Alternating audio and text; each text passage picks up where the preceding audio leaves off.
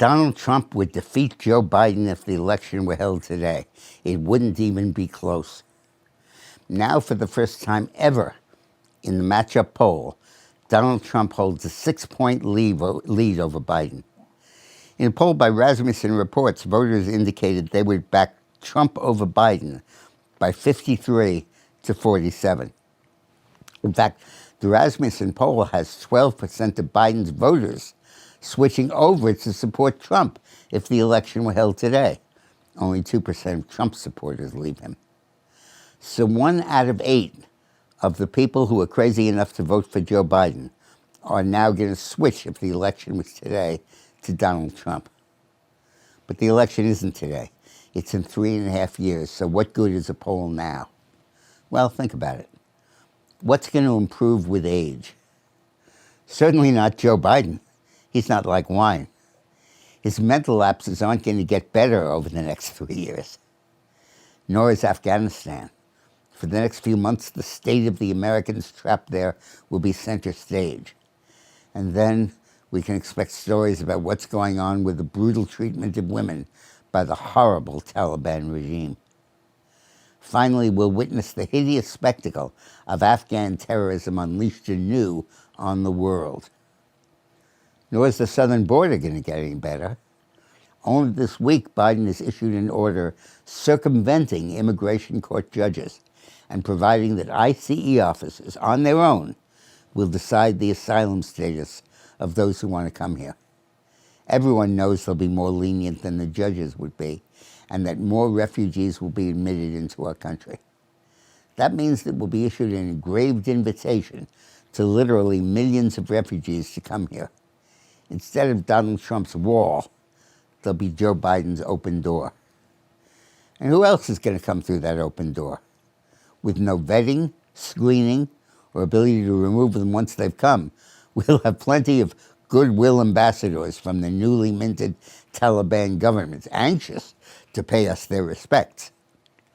When you combine Biden's failure in Kabul with his failure at the southern border, you have a powder keg that could explode in any major American city. Will it happen on the anniversary of 9/11? And how about inflation?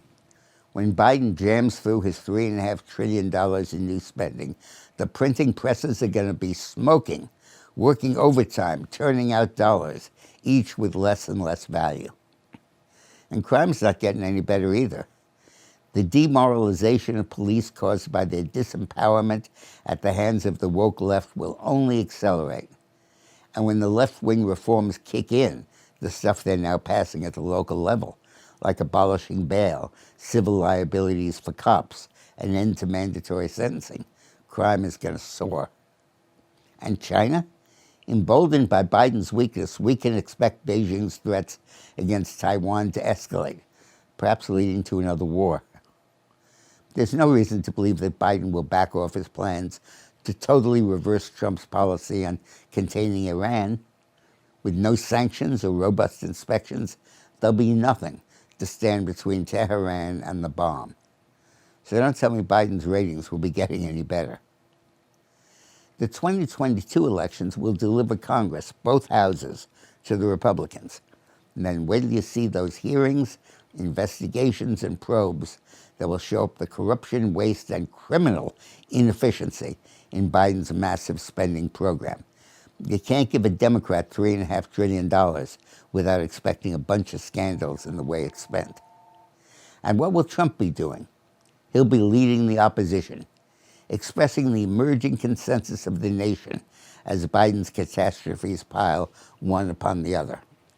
An articulate voice in dissent, Trump will make the case for all of us. Every day, in every way, he'll pound home the message, reminding us that the border was secure during his presidency, crime was under control, and inflation was non-existent. He'll draw a sharp contrast between his own strength and Biden's weakness.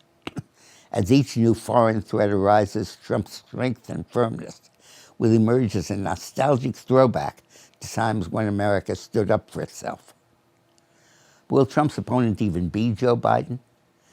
After a crashing defeat in the election of 2022, Will the Democratic Party still be so indulgent toward its hapless, ineffective, and incompetent leader?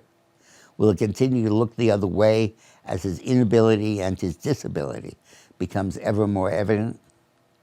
As disaster piles upon disaster, the pressure for impeachment by the Republicans and for the 25th Amendment removal by the Democrats will grow exponentially. From both sides, we can hear the same critique, that Joe Biden's just not up to the job. The African-American wing of the Democratic Party, which is increasingly becoming the whole bird, will lust to return to 1600 Pennsylvania Avenue. That was probably the plan all along. But neither impeachment nor ouster under the 25th Amendment will be clean and quick. Biden will fight back, or at least those who depend upon his patronage and sinecures will fight back. We can easily see the Democratic Party split between the Biden and Harris wings, with the 25th Amendment providing the flashpoint and impeachment the ongoing pressure to stoke the fires of the fight. If Biden's forced out, it will likely be the same kind of internecine bloodletting as happened during Nixon's impeachment. It won't be like it was with Clinton or Trump, with his own party rallying behind him. And the terminal drama of Joe Biden won't even be unstaged by itself, but it'll be bracketed by the crises of inflation, crime, terrorism, immigration, China's march on Taiwan, and Iran's new nuclear weapons. At every turn, Biden's failure will be self-evident, standing in vivid contrast to Trump's success in handling the very same problems. And if it should happen that we face Harris, not Biden, in 2024, so much the better. Joe Biden's skills have eroded and deteriorated over the years, but Kamala Harris never had any. She'll be totally unable to step into the Oval Office, especially in the dangerous and fraught environment Biden will have left behind. It's in the crucible of these crises that Donald Trump's defects will emerge reconfigured as assets.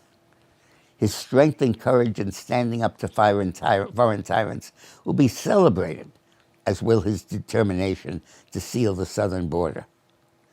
The threats that will be emerging from Beijing, Kabul, and Tehran will frame Trump's toughness and patriotism. His strength will come as a welcome relief after 4 years of Biden or Harris. In 1980, when we faced similar problems with Jimmy Carter because of the same weakness we now see in the presidency, Ronald Reagan was a sight for sore eyes. So will Trump be, but with the added element of his past proven success. With Reagan, we had to hope that he'd do well. With Trump, we'll know. Election fraud, the best protection against it is a landslide. And that's what America will give Trump. You just watched Newsmax TV, America's fastest growing cable news channel, now in more than 70 million homes. You can get Newsmax TV on your cable system or check your cable guide.